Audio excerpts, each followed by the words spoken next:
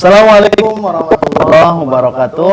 Waalaikumsalam warahmatullahi wabarakatuh. Sahabat religi, selamat pagi. Semoga aktivitas kita hari ini ada dalam keberkahan Allah Subhanahu wa taala. Amin. Kali ini saya bersama dai yang sangat fenomenal dan penyuluh yang luar biasa keilmuannya, mendalam. Dan kami masih di KUA Kecamatan Raja Polah.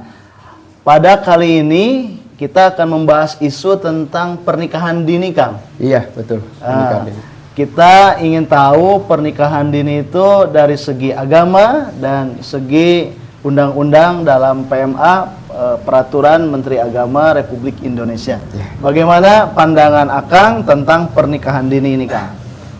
Pernikahan dini yang dimaksud adalah dalam Undang-Undang nomor 19 tahun Undang-Undang nomor 16 tahun 2019 adalah pernikahan yang di bawah usia 19 tahun.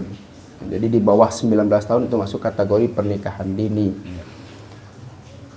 Kalau menurut sudut pandang agama, kalau lihat daripada pendapat para jumhurul ulama ya, terutama Madzhabul Arba'ah, Imam Syafi'i, Imam Maliki, Hanafi, dan Hambali, itu lebih merujuk kepada bahwa yang dimaksud dengan dewasa adalah ketika dia itu balik. Balik ya? Balik. Jadi ukurannya itu adalah balik ya. Bukan balik, balik ya? Balik ya. Balik artinya ada ciri-ciri tertentu yang dimaksud dengan balik. Di antaranya ada 3. 1. Tamamu khamsa asyarata sanatan, sempurnanya usia 15 tahun. Bidakari wal unsa, di laki-laki ataupun perempuan. Yang kedua, wal ihtilamu, mimpi jima atau mimpi bersetubuh ya. Bidakari wal unsa, di laki-laki dan perempuan. Litis isinina, pada usia 9 tahun. Wal khaidu, dan yang ketiga adalah khaid bil unsa, di perempuan. Litis isinina. Nah, kebanyakan jumhurul ulama merujuk pada boleh nikah di usia yang seperti itu. Oh ya. Boleh melakukan pernikahan di usia seperti itu. Tetapi seiring perkembangan zaman, karena di hari ini persaingan hidup itu jauh lebih berat. Kompleks ya? Lebih kompleks. Sebetulnya kita juga adalah hasil dari persaingan dalam hidup. Lebih kompleks, lebih harus disiapkan segala-galanya. Terutama yang harus kita persiapkan di samping 1, kesiapan keilmuan, kedua kesiapan mental, ketiga kesiapan ekonomi, pendidikan bagi calon-calon pengantin. Karena pernikahan itu bukan main-main. Bukan sebulan 2 bulan ya, Kang? Bukan 1 bulan atau 2 bulan atau 1 tahun 2 tahun, tetapi pernikahan itu selama-lamanya. Itu selama-lamanya, dan pernikahan termasuk dalam kategori maqasidud diniyah atau maqasidud syar'i. Apa itu? Hibdun nasabi, menjaga keturunan. Dengan adanya pernikahan, maka keturunan itu akan terjaga secara kualitas dan terutama keutuhan atau kesuciannya. Jadi melihat daripada itu, ada hal-hal yang harus dipersiapkan. Makanya pernikahan dini menurut ulama hari ini ya, ulama-ulama temporer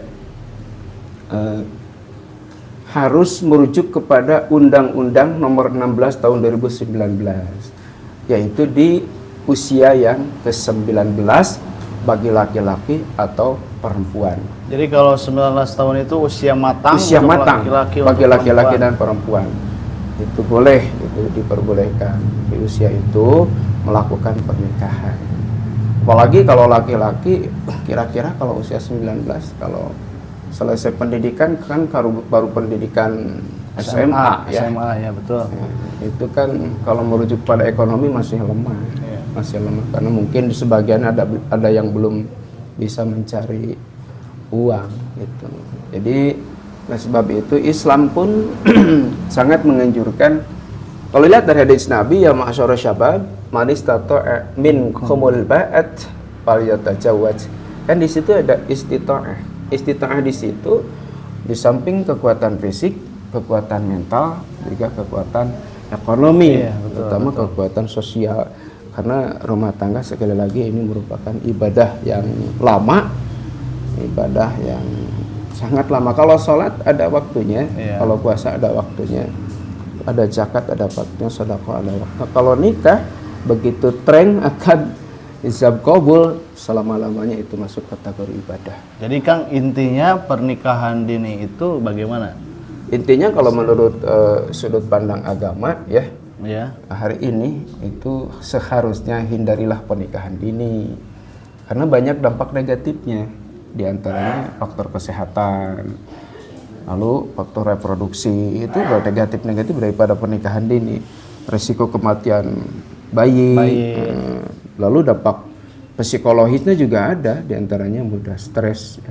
Karena mungkin anak yang belum siap hamil harus hamil, itu kadang menimbulkan stres atau ketidakstabilan emosi. Karena anak belum siap untuk hamil, masih usia kecil hamil, mungkin kestabilan emosinya kurang stabil. Jadi intinya untuk kita melaksanakan pernikahan untuk kaum remaja dan yang wanitanya juga harus mempersiapkan supaya ketika kita sudah ada di pertikahan, sudah masuk rumah tangga, itu kalau usianya 19 tahun itu akan stabil itu ya. Stabil. Kalau di bawah itu mungkin secara teori akan stabil. Ya. Secara fisiknya akan stabil, emosional juga stabil. Kedewasaannya udah matang di usia itu, apalagi perempuan.